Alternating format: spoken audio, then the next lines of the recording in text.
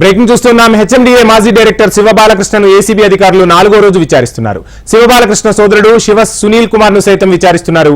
ప్రధానంగా బ్యాంకు లాకర్ల నుంచి బయటపడ్డ భూముల దస్తాలు, స్థిరాస్తి వ్యాపారం, బినామీలపై ఏసీబీ అధికారులు ప్రశ్నిస్తున్నారు.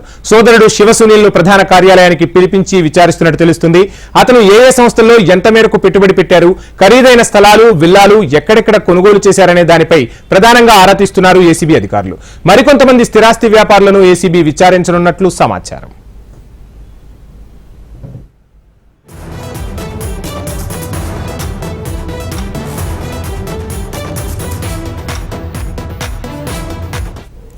హెచ్ఎండిఏ మాజీ డైరెక్టర్ శివ బాలకృష్ణను ఏసీబీ అధికారులు 4వ రోజు విచారిస్తున్నారు. శివ బాలకృష్ణ సోదరుడు శివ సునీల్ కుమార్ ను సైతం విచారిస్తున్నట్టు తెలుస్తుంది. ప్రధానంగా బ్యాంకు లాకర్ల నుంచి బయటపడ్డ భూముల దస్తాలు, స్థిరాస్తి వ్యాపారం, బినామీలపై ఏసీబీ అధికారులు ప్రధానంగా దృష్టి సారించారు. ఇక సోదరుడు శివ సునీల్ ను ప్రధాన కార్యాలయానికి పిలిపించి మరీ విచారిస్తున్నారు. అతను ఏ సంస్థల్లో ఎంత మేరకు పెట్టుబడి పెట్టారు, ఖరీదైన స్థలాలు, విల్లాలు ఎక్కడెక్కడ కొనుగోలు చేశారనే దానిపై ఆరా తీస్తున్నారు అధికారులు. మరికొంతమంది స్థిరాస్తి వ్యాపారులను కూడా ఏసీబీ విచారించనున్నట్లు తెలుస్తోంది.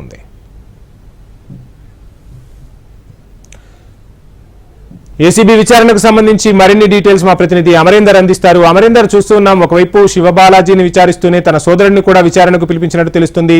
సో కేసులో పురోగతి ఏమైనా వచ్చిందా? లేటెస్ట్ అప్డేట్స్ ఏమైనా అందుతూ ఉన్నాయా?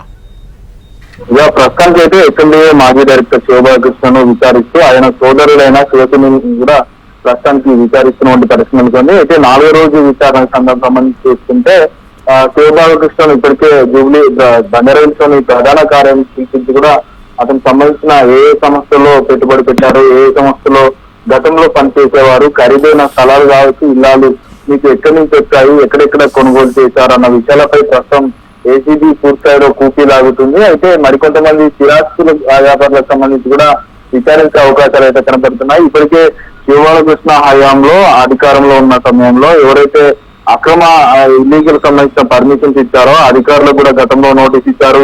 నిన్న ఏదైతే 3 లాకర్లను కూడా శివ బాలకృష్ణ తీసుకెళ్లి బ్యాంక్ లోంచి 3 లాకర్లు కూడా బయటికి వెళ్ళి తీశారు. అందులో బంగారు ఆభరణాలు దొరికినట్టుగా తెలుస్తుంది. అయితే ఇదే కాకుండా నిన్న రేషన్ కార్యాలయం కూడా వెళ్లి శివ బాలకృష్ణకు సంబంధించిన బీరువాను కూడా పగలగొట్టి అందులో ఉన్న కీలక ఆస్తి పత్రాలను కూడా స్వాధీనం చేస్తున్నారు. అయితే శివ బాలకృష్ణ ఏదైతే అక్రమ ఆస్తులను కూడబెట్టుకున్నారనే విషయంలో ప్రాథమికంగా ఏసీబీ గుర్తించింది ఏంటంటే ఎక్కడైనా డబ్బు దొరికినా ఏదైనా ఫ్రీగా గిఫ్ట్లు ఇచ్చినా కూడా వాటన్నిటిని కూడా స్థిరాస్తిగా మార్చేందుకు ఇప్పటికే రూపకల్పన చేశాడు. అందులో భాగంగానే ఎక్కువగా స్థిరాస్తులకు సంబంధించి వాటిని గుర్తించామంటూ కూడా ఏసీబీ ప్రాథమికంగా నిర్ధారించినటువంటి పరిస్థితి అనుకోండి. అయితే శివ సునీల్ కుమార్ సంబంధించి ఇప్పటికే శివ బాలకృష్ణ భార్య, సోదరుడు, మరోవైపు బంధువులు, ఇదో వైపు అతనికి సంబంధించిన బినామీలందరినీ కూడా ప్రస్తుతం విచారిస్తుండగా ప్రస్తుతానికి అయితే శివ సునీల్ కుమార్ సంబంధించి విచారణలో కీలక విషయాలను రాబోయే విషయంలో ప్రస్తుతం ఏసీబీ ఉంది. ఎందుకంటే శివ బాలకృష్ణ,